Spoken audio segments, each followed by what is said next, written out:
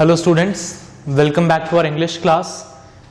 Today we are back again with a new story and the name of the story is A Truly Beautiful Mind. This story is from our Beehive book. हमारी Beehive book की story है chapter number 4, ठीक है. और ये chapter किसके बारे में है? ये chapter है एल्बर्ट आइंस्टाइन के बारे में, ठीक है. आई होप आप सब लोगों ने कभी ना कभी अपनी लाइफ में एल्बर्ट आइंस्टाइन का नाम जरूर सुना होगा. एल्बर्ट आइंस्टाइन की अगर हम बात करें तो he was one of the greatest physicist scientist, ठीक है, who is born in this world, ठीक है. Who do you think of when you hear the word genius? तो देखें, जब हम जीनियस वर्ड सुनते हैं तो हमारे दिमाग में किसका इमेज आता है? Who is a genius and what qualities do you think genius has? कौन होता है जीनियस और क्या लगता है आपको क्या क्वालिटीज होती हैं एक जीनियस में? तो ये आप खुद सोचिएगा, ठीक है, एनालाइज करिएगा. We shall now read about a young German civil servant who took the world by storm about 100 years ago. इस चैप्टर में हम बात करेंगे एक यंग जर्मन सिविल सर्वेंट की जिसने पूरी दुनिया में तहलका मचा दिया 100 साल पहले.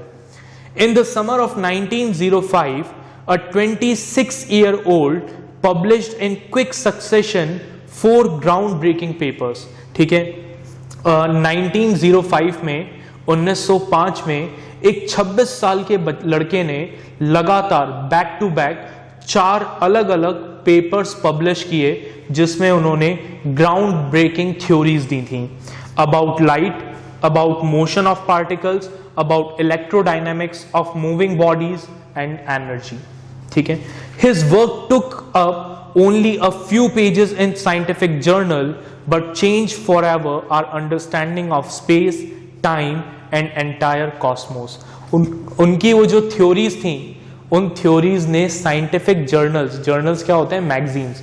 उस मैगजीन्स में तो वो theories सिर्फ 3 या 4 पेजेस की थी, लेकिन उन 3 या 4 पेजों की थ्योरी ने हमारी साइंस की, स्पेस की, एंटायर कॉस्मोस की पूरी समझ को ही बदल कर रख दिया. And transform the name Einstein into a synonym for genius. और उस दिन के बाद से आइंस्टाइन वर्ड क्या बन गया? जीनियस का सिनोनिम बन गया, ठीक है. 50 years after his death, Albert Einstein's genius still reigns. आज उनकी डेथ के 50 साल बाद भी उनके जैसा जीनियस शायद और कोई दुनिया में कभी पैदा ही नहीं हुआ है, ठीक है. तो स्टार्ट करते हैं एल्बर्ट आइंस्टाइन की स्टोरी को. अपनी बुक ओपन करें, page number 46. Start reading with me. Albert Einstein was born on 14 March 1879.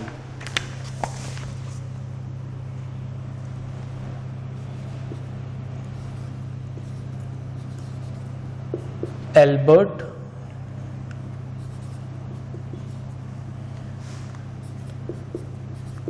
Einstein was born on, कब पैदा हुए थे ये? 14 March 1879, ठीक है. He was born on 14 March 1879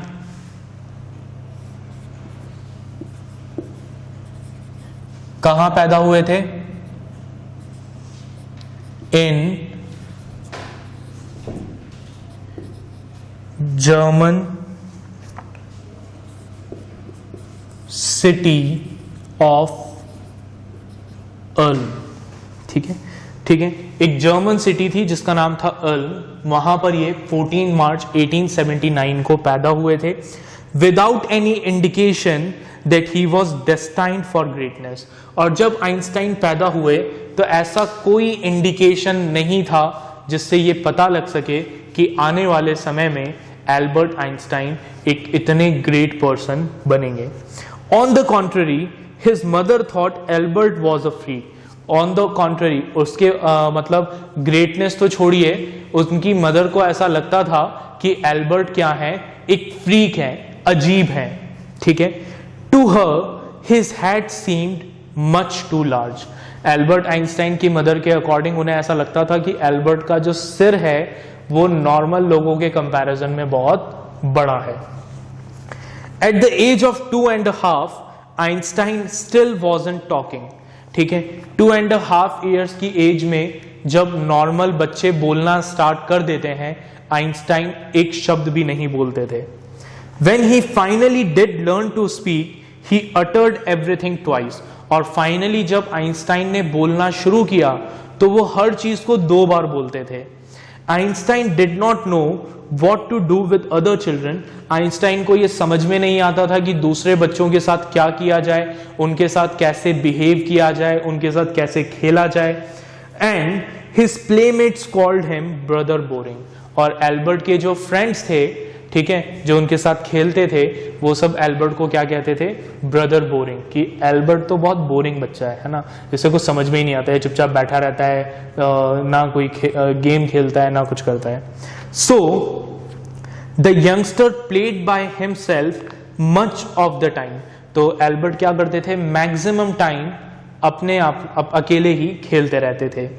he specially loved mechanical toys.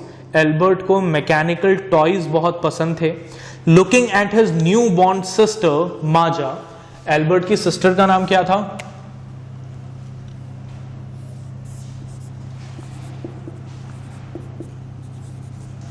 Albert की सिस्टर का नाम था माजा। ठीक है, अपनी सिस्टर को देखकर, जब उसकी इनकी सिस्टर पैदा हुई, उसे देखकर he is said to have said.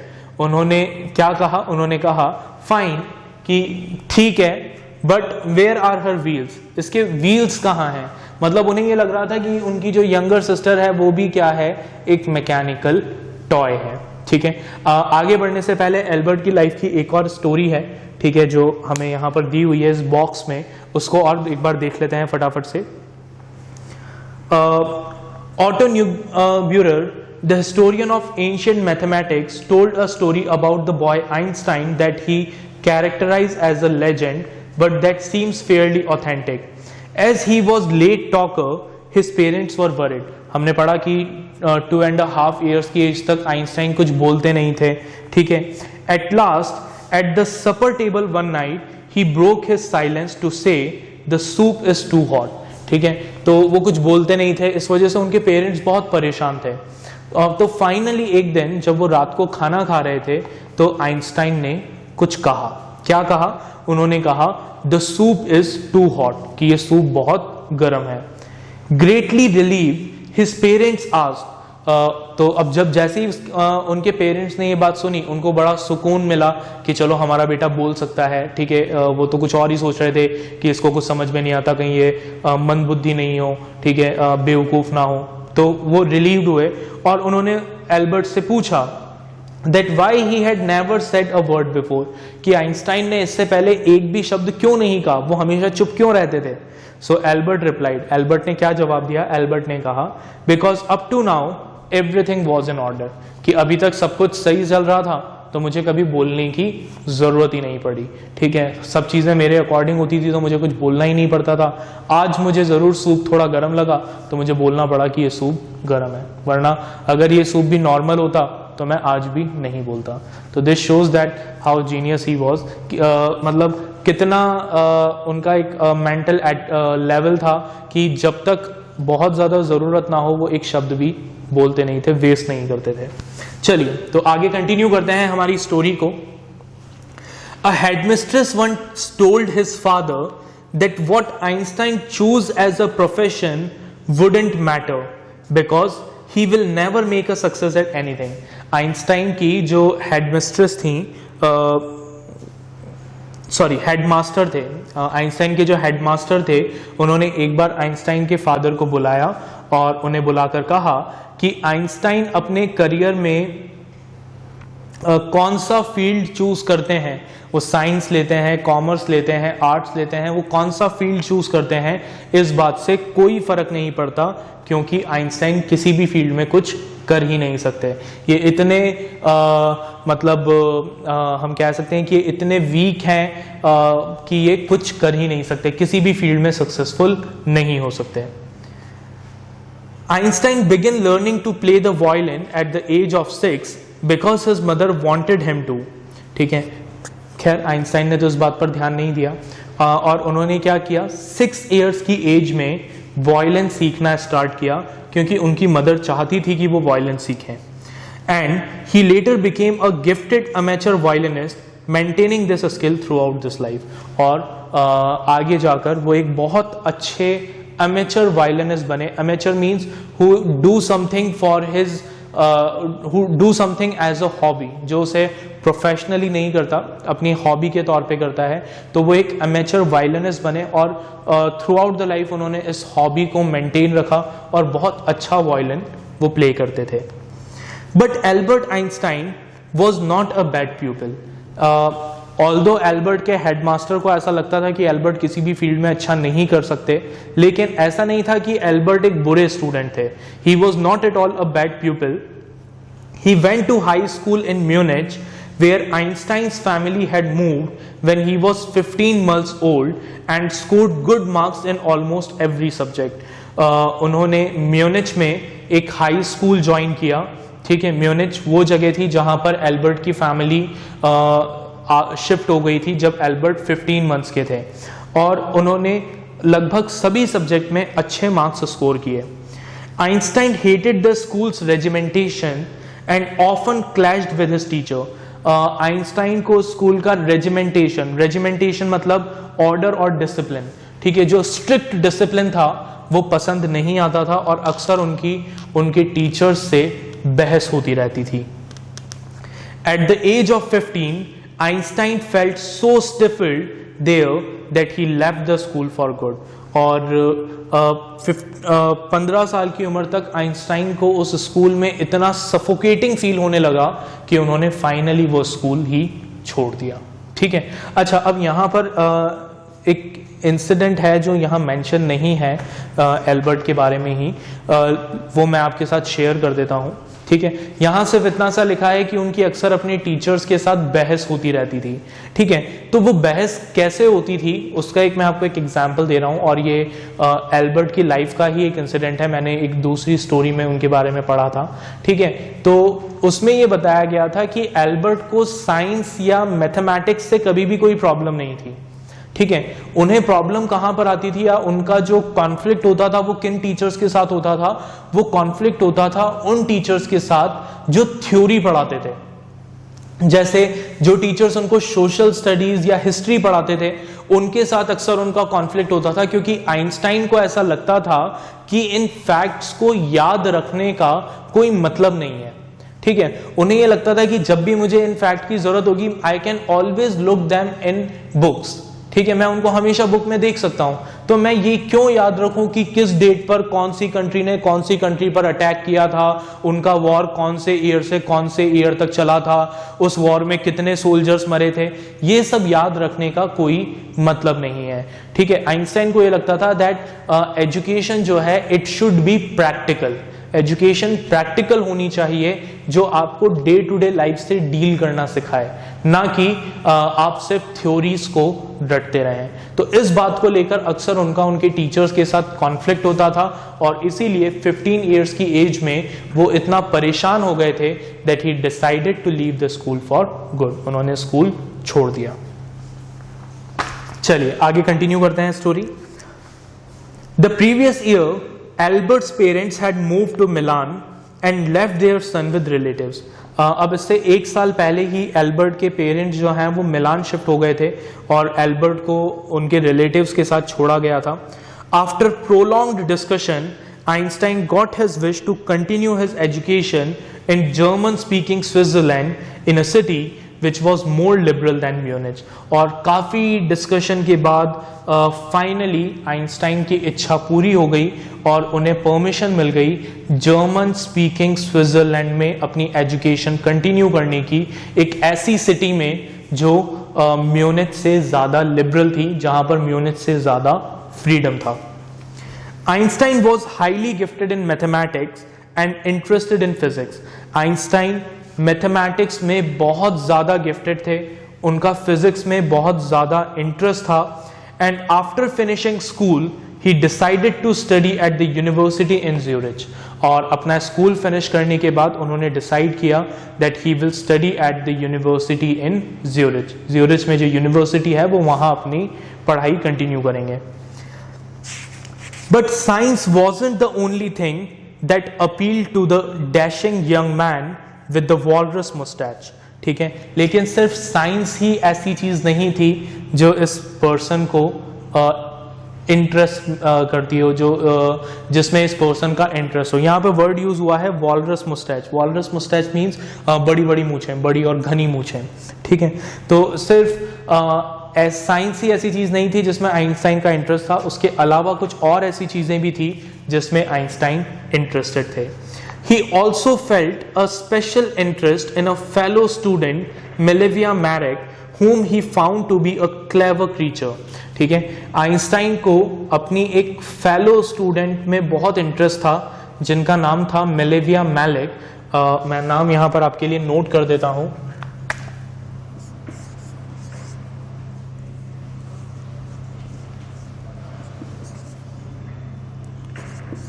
मेलेवा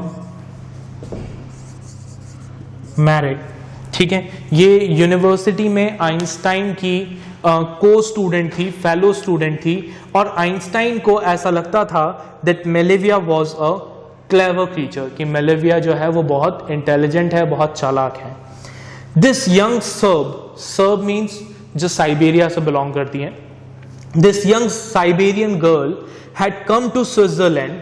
ये स्विट्जरलैंड आ गई थी because the university in Zurich was one of the few in Europe where women could get degree.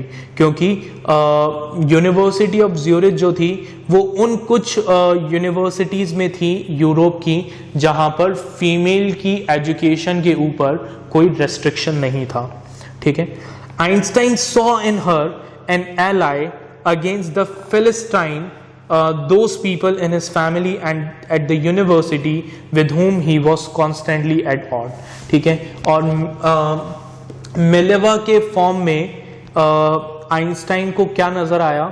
एक ऐसा पार्टनर नजर आया जो उनको हमेशा क्या करे, सपोर्ट करे, जो लॉजिकली सोचता हो, जिसका साइंस और मैथ्स में इंटरेस्ट हो, और जो उनके फैमिली मेंबर और बाकी और दूसरों की तरह आइंस्टाइन को बेवकूफ ना समझें. ठीक है, philistine means a word used disapprovingly to talk about people who do not like art, literature और म्यूजिक. ठीक है, ठीक है, ये उन लोगों के लिए वर्ड यूज किया जाता है जो लोग आर्ट, लिटरेचर और म्यूजिक को पसंद नहीं करते. The couple fail in love. Einstein और मेलेविया एक दूसरे से प्यार करने लगे. Letters survive in which they put their affection into words, mixing science with tenderness. आज भी एल्बर्ट आइंस्टाइन और मेलेविया के जो लेटर्स हैं जो इन्होंने एक दूसरे को लिखे थे, वो लेटर्स अवेलेबल हैं, जिसमें आप देख सकते हैं कि किस तरीके से उन्होंने प्यार और साइंस को मिक्स किया हुआ था. ठीक है, रोट आइंस्टाइन, ऐसे ही एक लेटर में आइंस्टाइन लिखते हैं, how happy and proud I shall be when we both have brought our work on relativity to a victorious conclusion. कि मुझे कितनी खुशी होगी जब मैं हमारे रिलेटिविटी के काम को एक विक्टोरियस कंक्लूजन पर लेकर जाऊंगा. तो मतलब लव लेटर में भी किसकी बातें होती थी? साइंस की बातें होती थी. In 1900, at the age of 21, Albert Einstein was a university graduate and unemployed. Year 1900 में 21 ईयर्स की एज में एल्बर्ट आइंस्टाइन ने अपना ग्रेजुएशन कंप्लीट किया and he was still unemployed. वो अब भी अनएम्प्लॉयड थे. He worked as a teaching assistant. उन्होंने एक टीचिंग असिस्टेंट की तरह काम करना स्टार्ट किया. गेव प्राइवेट लेसन्स देना स्टार्ट किया and finally secured a job in 1902 as a technical expert in the patent office in Bern. और 1902 में उन्हें जॉब मिल गई। कहाँ पर जॉब मिली? बर्न एक जगह है, वहाँ के पेटेंट ऑफिस में एक टेक्निकल एक्सपर्ट की जॉब मिल गई। ठीक है, तो इनका काम क्या होता था? जो भी इन्वेंशंस पेटेंट के लिए वहाँ पर आते थे, इनका काम होता था उन पेटेंट्स को चेक करना, उन इन्वेंशंस को वेरीफाई करना। While he was supposed to be assessing other people's invention, जहां एक तरफ एज अ टेक्निकल एक्सपर्ट वो दूसरे लोगों के इन्वेंशंस को चेक करते थे, Einstein was actually developing his own ideas in secret. वहीं दूसरी तरफ आइंस्टाइन क्या कर रहे थे? सीक्रेटली अपने खुद के आइडियाज डेवलप कर रहे थे। He is said to have jokingly called his desk drawer at work the Bureau of Theoretical Physics। और वो मजाक में उनकी जो ऑफिस डेस्क थी, उस ऑफिस डेस्क को क्या कहते थे? वो अपनी उस ऑफिस डेस्क को कहते थे that this is the Bureau of Theoretical Physics। ये थियोरेटिकल फिजिक्स का ऑफिस है जहां पर मैं अपनी सारी रिसर्च करता हूं। One of the famous paper of 1905 was Einstein's special theory of relativity, according to which time and distance are not absolute। ठीक है, 1905 में जो एक फेमस पेपर पब्लिश हुआ, उन फेमस पेपर में से एक फेमस पेपर था आइंस्टाइन की स्पेशल थ्योरी ऑफ रिलेटिविटी। उन्होंने अपनी एक थ्योरी दी रिलेटिविटी की, जिसमें उन्होंने कहा कि भाई टाइम और डिस्टेंस जो है वो एब्सोल्यूट नहीं है। मतलब टाइम और डिस्टेंस जैसे हमें नजर आते हैं वैसे नहीं है। हर इंसान के लिए टाइम का मतलब अलग अलग होता है। मेरे 5 मिनट और आपके 5 मिनट कभी भी सेम नहीं हो सकते।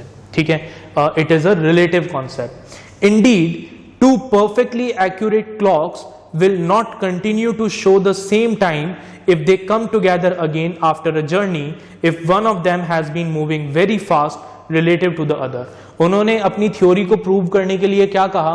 उन्होंने कहा कि भाई आप 2 क्लॉक लीजिए, 2 घड़ियां लीजिए, ठीक है, उन दोनों घड़ियों में सेम टाइम सेट करिए, ठीक है, और उन दोनों घड़ियों को आप कहां भेज दें? वर्ल्ड टूर के लिए भेज दें, पूरी दुनिया का चक्कर लगाने के लिए भेज दें। एक घड़ी स्लो स्पीड से चले और दूसरी जो घड़ी है उसको आप तेज स्पीड से लेकर जाएं। तो जब वो दोनों घड़ियां वापस से एक ही जगह पर आएंगी, तब उन दोनों घड़ियों का टाइम क्या होगा? डिफरेंट होगा। दैट मीन्स अब जब सेम टाइम था, सेम अर्थ का अगर वो क्लॉक्स चक्कर लगा रही हैं, तो उनका टाइम चेंज नहीं होना चाहिए, बट वो चेंज हो जाएगा। From this followed the world's most famous formula which describes the relationship between mass and energy। और आगे आप इसको पढ़ेंगे, ठीक है। इस थ्योरी ऑफ रिलेटिविटी से दुनिया का एक सबसे इंपॉर्टेंट फॉर्मूला क्रिएट हुआ, सबसे फेमस फॉर्मूला क्रिएट हुआ जो मास और एनर्जी के रिलेशनशिप को बताता था, और वो फॉर्मूला था E is equal to mc²। ठीक है, जहां पर E का मतलब था E is equals to energy, ठीक है, m is equals to mass and c is speed of light in vacuum. ठीक है, वैक्यूम में जो लाइट की स्पीड होती है which is about 3 lakh kilometre पर सेकेंड। ठीक है, तो ये था हमारा लॉ ऑफ रिलेटिविटी जो 1905 में एल्बर्ट आइंस्टाइन ने पब्लिश की। ठीक है, इस थ्योरी को एक बड़े ही फनी तरीके से एल्बर्ट आइंस्टाइन खुद एक्सप्लेन करते हैं, जो मैं आपको नेक्स्ट क्लास में बताऊंगा कि उन्होंने अपनी उस थ्योरी ऑफ रिलेटिविटी के बारे में क्या कहा, उसको कैसे एक्सप्लेन किया। ठीक है, तो आप इसको एक बार यहाँ तक रीड करिएगा, फिर हम आगे की कहानी कंटिन्यू करेंगे हमारी नेक्स्ट क्लास में। तब तक के लिए बाय।